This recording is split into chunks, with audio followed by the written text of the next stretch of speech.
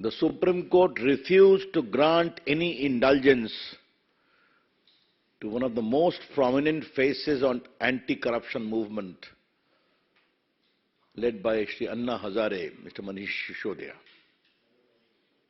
and go and suffer the consequence of law and court. आज के supreme court के आदेश का सीधा मतलब यही है। अब बाकी क्या बहस हुई, क्या हुई, ये आपने टीवी पर देखा है, चलाया है। सुप्रीम कोर्ट से उनको कोई राहत नहीं मिली और ठीक नहीं मिली।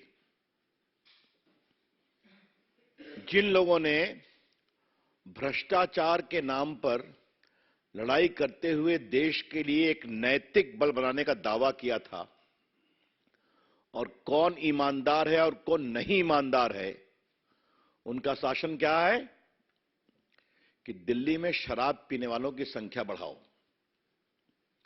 शराब लेने की उम्र 21 की 18 कर दो, शराब के ठेके में पॉलिसी को बदल दो,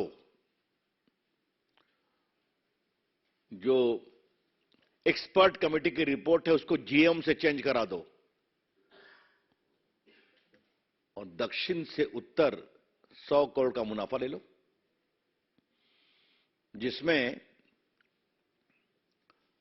इस तरह की शर्तें डाल दो कि छोटे प्लेयर्स उसमें पार्टिसिपेट कर ही नहीं सके।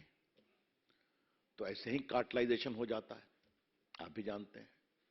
आप उनकी अगर अहर्ता बड़ी कर दें एलिजिबिलिटी, और प्लस कमीशन को 2% से उठा के कितना कर दिया, 12%, तो दोनों फायदा। तो इससे अच्छी बात और क्या होगी। और 100 करोड़ रुपए मिले, ये तो पूरे मीडिया में चर्चा है, हम क्या बोल रहे हैं अपनी से।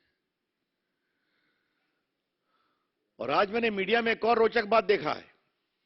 जो दक्षिण भारत के ग्रुप बैठे हुए थे एक होटल में, वहां से जो उन्होंने फोटोकॉपी करके उनके एक सहयोगी को दिया, उन्होंने इसी पॉलिसी को बनाओ, और उसका नंबर वही था कागजों का जो नंबर होटल के फोटोकॉपी का था।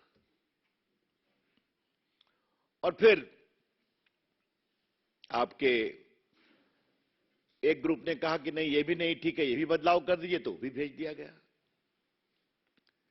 हम मेरिट पे बिल्कुल नहीं जा रहे हैं, हम सीधा कह रहे हैं सीबीआई ने क्या आरोप लगाया है, उसके क्या एविडेंस आए हैं। एविडेंस डिजिटल है, एविडेंस फिजिकल है। There is digital evidence and there also physical evidence. अब मुझे यहां आके एक खबर मिली कि जो वीआईपी लोग थे उन्होंने 170 फोन बदला। शायद मनीष सिसोदिया ने भी 16 फोन बदला। अब तो मैं देश का थोड़ा इलेक्ट्रॉनिक मंत्री रहा हूं, संचार मंत्री रहा हूं, तो मेरे भी आश्चर्य है अनिल बाबू कि एक नेता अपने 16 फोन बदलता है। हाँ? ये तो कमाल है साहब। तो ये फोन क्यों बदले जा रहे थे, ये रिकॉर्ड्स क्यों डिलीट किए जा रहे थे। आप तो बिल्कुल पारदर्शिता की प्रतिमूर्ति हैं, यही दावा आप करते हैं कि आप और अरविंद केजरीवाल हिंदुस्तान में एक नई पारदर्शिता को लेकर के आए हुए हैं। This question becomes very relevant, Mr. Sisodiya, because whether you or whether your leader, Mr. Kejriwal, they keep on giving certificate of honesty. He is honest, he is dishonest. And you are only deleting. You have shamed Anna Hazare. आपने अन्ना हजारे के ईमानदार आंदोलन की विरासत को बदनाम किया है। और दिल्ली में सबको शराब पिला के क्या करना चाहते हैं आप। कहा था कि हम स्कूल खोलेंगे, आप शराब की दुकान खोल रहे हैं। और थोड़ा मेरा राजनीति का अनुभव है, ये पूरे भारत क्या देश में कहीं नहीं सुना है कि जो शिक्षा मंत्री है वही शराब मंत्री भी है। ये तो और कमाल की बात है। और जिस तरीके से केजरीवाल साहब को क्या कहा जाए, अभी हम लोग गए थे, अनिल बाबू भी थे गुजरात के चुनाव में, तो वहां देखा उनका भाषण कि आईबी हमको रिपोर्ट दे रही है कि हम स्वीप कर रहे हैं। तो हम दोनों बात कर रहे थे कि आईबी की रिपोर्ट इनको कहां से मिल गई, वो भी स्वीप करने की। तो मालूम हुआ उन लोग की जमानत जब्त हो गई, सुपर स्वीप तो भाजपा कर गई। अब कल देखा उनका ट्वीट पर सर्टिफिकेट आ गया कि सीबीआई के सभी लोग उनकी गिरफ्तारी के पक्ष में नहीं थे, दबाव में गिरफ्तार किया गया। केजरीवाल साहब कितना झूठ बोलेंगे, शराब के मुनाफा और कट और कमीशन के लिए कितना करेंगे।